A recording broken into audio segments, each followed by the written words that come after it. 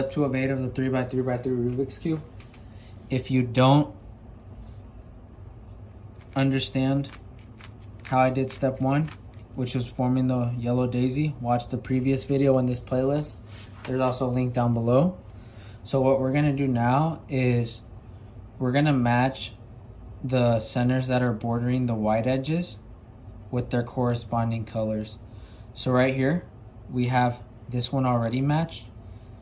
The red edge piece that borders the white edge is matched with the red center. So what we're gonna simply do, having our yellow face on top and having our white face on the bottom and having our red center face on the front, we're gonna just simply twist this 180 degrees and we're gonna just form a white cross.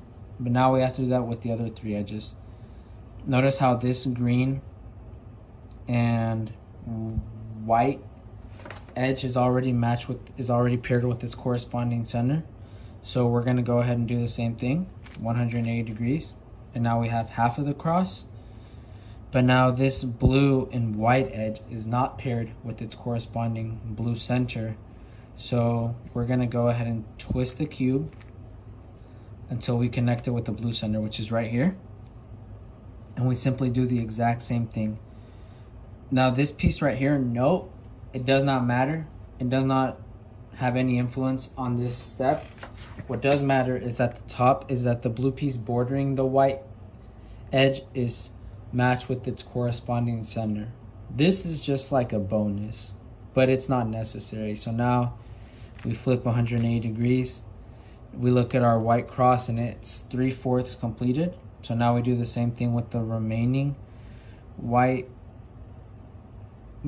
edge piece that's on the yellow center face. So we're gonna go ahead and twist this cube until we match this orange piece with its center.